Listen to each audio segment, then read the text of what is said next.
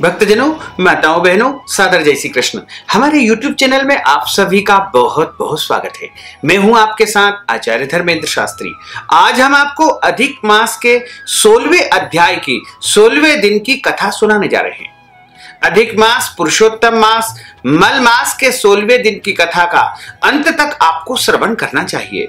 तो सबसे पहले आपको और आपके पूरे परिवार को अधिक मास की बहुत बहुत शुभकामनाएं और बधाइयां। भगवान लक्ष्मी नारायण का आशीर्वाद आपके जीवन पर सदैव बना रहे। आप सभी स्वस्थ रहें, प्रसन्न रहे, व्यस्त रहे और मस्त रहे तथा भगवान की कृपा से उन्नति करे, प्रगति करे और आगे बढ़े। अधिक मास के 16वें अध्याय की कथा हम प्रारंभ करने जा रहे हैं। बोलिए गोपाल कृष्ण भगवान की जय, श्री वृंदावन बिहारी लाल की जय, लक्ष्मी नारायण भगवान की जय, श्री गिरिराज धरण की जय, श्री वल्लभाधीश की जय, श्री यमुने महारानी की जय। अधिक मास के 16वें अध्याय की कथा प्रारंभ करने से पहले भगवान की स्तुति मंत्रों का गान करना चाहिए ताकि भगवान की कृपा हमारे ऊपर बनी रहे। जब हम किसी भी कथा का श्रवण करते हैं तो उसके पहले मंत्र इसलिए बोले जाते हैं ताकि भगवान से हम निवेदन करें कि हे प्रभु, हम कथा सुनाने जा रहे हैं, आप हमारे सामने उपस्थित हो जाइए और हमारे द्वारा की गई भक्ति का और स्तुति का आप श्रवण कीजिए। कृष्णाय वासुदेवाय हरये परमात्मने प्रणतः क्लेशनाशाय गोविंदाय नमो नमः। सच्चिदानंद रूपाय विश्वोत्पत्त्यादि हेतवे तापत्रय विनाशाय श्री कृष्णाय वयं नमः। वसुदेव सुतं देवं कंस चाणूरमर्दनम देवकी परमानंदम कृष्णं वंदे जगद्गुरुं। वराहपीडं नटवरवपुः कर्णयोः कर्णिकारं बिभ्रद्वासः कनकपीसं वैजयन्तीं च मालां। रन्ध्रान् वेणोर्धरसुधया पूरयन् गोपवृन्दै वृन्दारण्यं स्वपदरमणं प्राविशत गीतकीर्ति। करारविन्देन पदारविन्दं मुखारविन्देन विनिवेशयन्तीं वटस्य पत्रस्य पुटेशियानं बालं मुकुन्दं मनसा स्मरामि, बालं मुकुन्दं मनसा स्मरामि। जय जय श्री राधा रमण, जय जय नवल किशोर, जय गोपी चित चोर प्रभु, जय जय माखन चोर। मात मेरी श्री राधिका, पिता मेरे घनश्याम, इन दोनों के चरणन में मेरा बारंबार प्रणाम। मोहिनी मूरत श्याम की वो मन रही समाय, जो मेहंदी के पात में लाली रही समाय। धन यौवन एक दिन उड़ जाएंगे जैसे उड़े कपूर, मन मूरख तू राम भज क्यों चाटे जगधूर। बोलिए श्री वृंदावन बिहारी लाल की जय, श्री पुरुषोत्तम भगवान की जय। अधिक मास के 16वें अध्याय की कथा का प्रारंभ होता है। श्री नारायण बोले कि हे नारद जी, हे महाप्राज्ञ, महर्षि वाल्मीकि जी ने दृढ़ धनवा से जो अत्यंत अद्भुत चरित्र कहा था वही मैं आपसे कहता हूं, सुनो। वाल्मीकि जी बोले कि हे राजा दृढ़ धनवा सुनो। भगवान की आज्ञा से गरुड़ जी इस प्रकार ब्राह्मण से बोले कि हे द्विश्रेष्ठ, तुमसे हरि ने कहा है कि तुम्हारे भाग्य में 7 जन्म तक पुत्र सुख नहीं है, अतः अभी वैसा ही होगा। तो हे तपोधन, स्वामी आज्ञा से मैं तुमको एक पुत्र प्रदान कर रहा हूं जो मेरे अंश से उत्पन्न होगा, जिससे गौतमी सहित आप आशीष को प्राप्त होंगे। परंतु उस पुत्र से तुम दोनों को दुख ही उत्पन्न होगा, उससे सुख नहीं मिलेगा।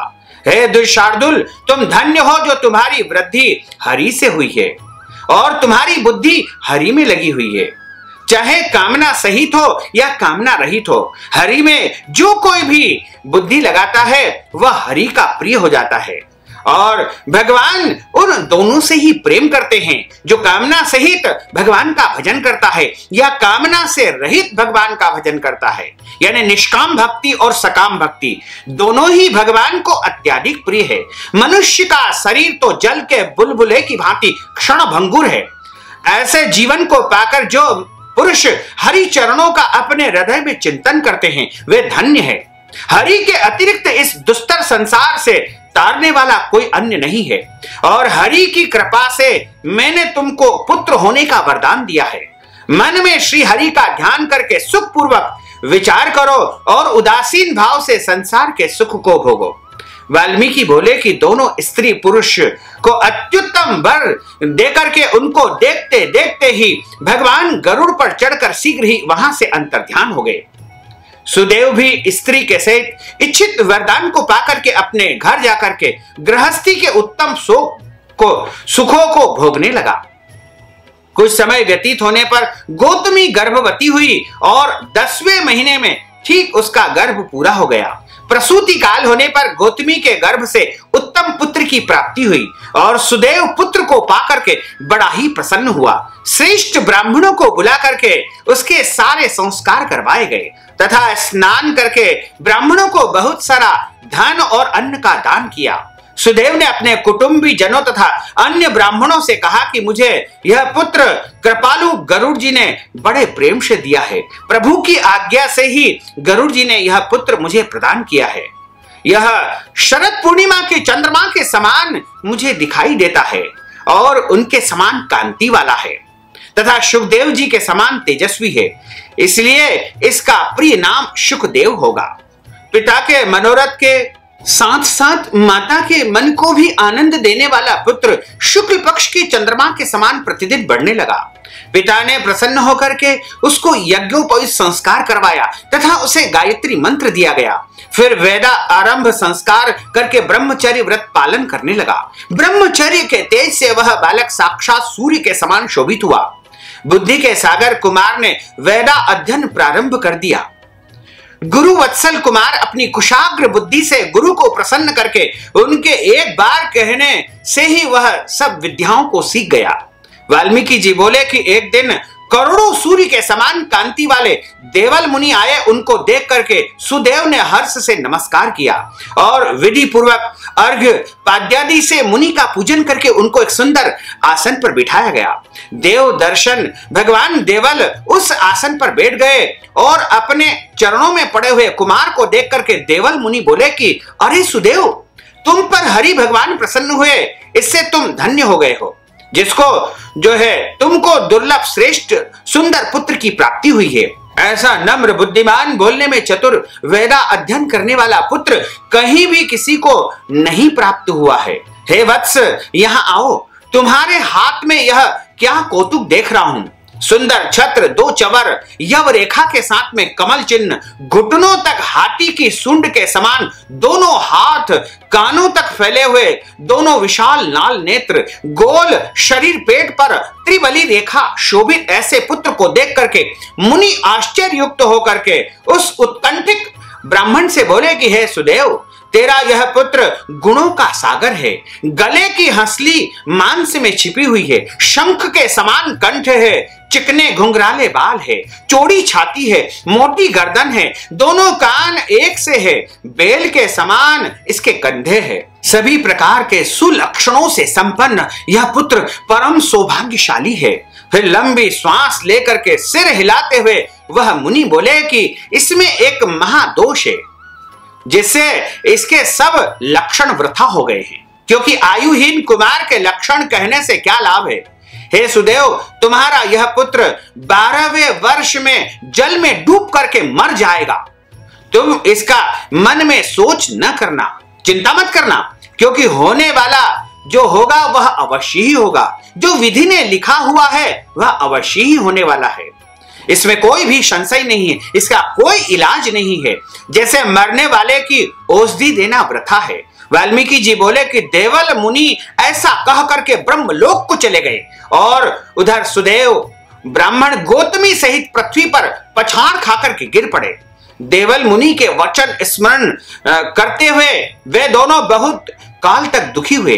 फिर गौतमी धीरज धर करके पुत्र को गोदी में लेकर के प्रेम से मुख चूम करके पति से बोली कि हे द्विजराज, होने वाली घटना से भयभीत नहीं होना चाहिए, क्योंकि जो होने वाला है सो होकर ही रहेगा और न होने वाला कभी नहीं होगा। राजा नल, रामचंद्र जी और पांडुपुत्र युधिष्ठिर ने क्या दुख नहीं उठाए हैं। राजा बलि को भी बंधनों में बांधा गया, यादवों का नाश हुआ, हिरण्यक्ष मारा गया, भयंकर वृत्तासुर का भी नाश हुआ, सहस्त्रार्जुन, कार्तवीर्य और रावण के भी 10 मस्तक काट दिए गए थे। हे महामुने, रघुनाथ जी को भी जानकी के विरह का दुख हुआ था। हे मुनिवर, राजा परीक्षित भी ब्राह्मण के श्राप से मृत्यु को प्राप्त हुए थे। ऐसे ही जो होने वाला है सो होकर ही रहेगा। अतः हे नाथ, उठो, आप शरणागत होकर के जीवों के रक्षक और निर्वाण पद के देने वाले सनातन हरि का भजन करो, उनकी स्तुति करो, उनकी प्रार्थना करो। वाल्मीकि जी बोले कि इस प्रकार सुदेव ब्राह्मण अपनी स्त्री के वचन को सुन करके सतोगुण प्राप्त करके हृदय में हरि के चरण कमलों का ध्यान करने लगा और हृदय में हरि का स्मरण करने लगा और पुत्र से उत्पन्न हुए दुख उसके छूट गए। इस प्रकार अधिक मास के 16वें अध्याय की कथा का यहाँ पर समापन होता है और इसके आगे की कथा आपको 17वें अध्याय में सुनने को मिलेगी। बोलिए गोपाल कृष्ण भगवान की जय, श्री वृंदावन बिहारी लाल की जय, लक्ष्मी नारायण भगवान की जय। अच्युतम केशवम राम नारायणम कृष्ण दामोदरम वासुदेवम हरे, श्रीधरम माधवम गोपिका वल्लभम, श्री जानकी नायकम श्री रामचंद्रम भजे, जानकी मनोहरम सर्वलोक नायकम, श्री शंकरादि सेवितम पुण्य नाम कीर्तनम, श्री राम राम राम राम राम नाम तायकम, राम कृष्ण वासुदेवा भक्ति मुक्तिदायकम, राम कृष्ण वासुदेवा भक्ति मुक्तिदायकम, राम कृष्ण वासुदेवा भक्ति मुक्तिदायकम। बोलिए गोपाल कृष्ण भगवान की जय, बोलिए श्री पुरुषोत्तम भगवान की जय, लक्ष्मी नारायण भगवान की जय, श्री वृंदावन बिहारी लाल की जय, श्री गोपाल कृष्ण भगवान की जय। धर्म की जय हो, अधर्म का नाश हो, प्राणियों में सद्भावना हो, विश्व का कल्याण हो, सनातन धर्म की जय हो, गौ माता की जय हो, नगर बस्ती की जय हो, आज के आनंद की जय हो, कल के आनंद की जय हो, परसों के आनंद की जय हो, बरसों बरसों के आनंद की जय हो। ओम नमः पार्वती पते हर हर महादेव हर। भक्तजनों, माताओं बहनों, आपने जो ज्ञानवर्धक कथा का श्रवण किया है, कथा सुनने के बाद अधिक मास के निमित्त, पुरुषोत्तम मास के निमित्त यदि आप दान दक्षिणा प्रदान करना चाहते हैं और गौ दान करना चाहते हैं, वस्त्र दान करना चाहते हैं, अन्न दान करना चाहते हैं या अन्य कोई भी दान आप प्रदान करना चाहते हैं, तो हमारे पेटीएम के माध्यम से, गूगल पे के माध्यम से, फोन पे के माध्यम से या फिर अकाउंट नंबर के माध्यम से सीधे सीधे धनराशि आप हमें प्रदान कर सकते हैं। साथ ही इस ज्ञानवर्धक वीडियो को अधिक से अधिक लोगों को शेयर करिएगा, लाइक करिएगा, कमेंट करिएगा और यदि अभी तक आपने सब्सक्राइब नहीं किया तो अभी और इसी समय सब्सक्राइब अवश्य कर लीजिए। आपको और आपके पूरे परिवार को सादर जय श्री कृष्ण, सादर धन्यवाद।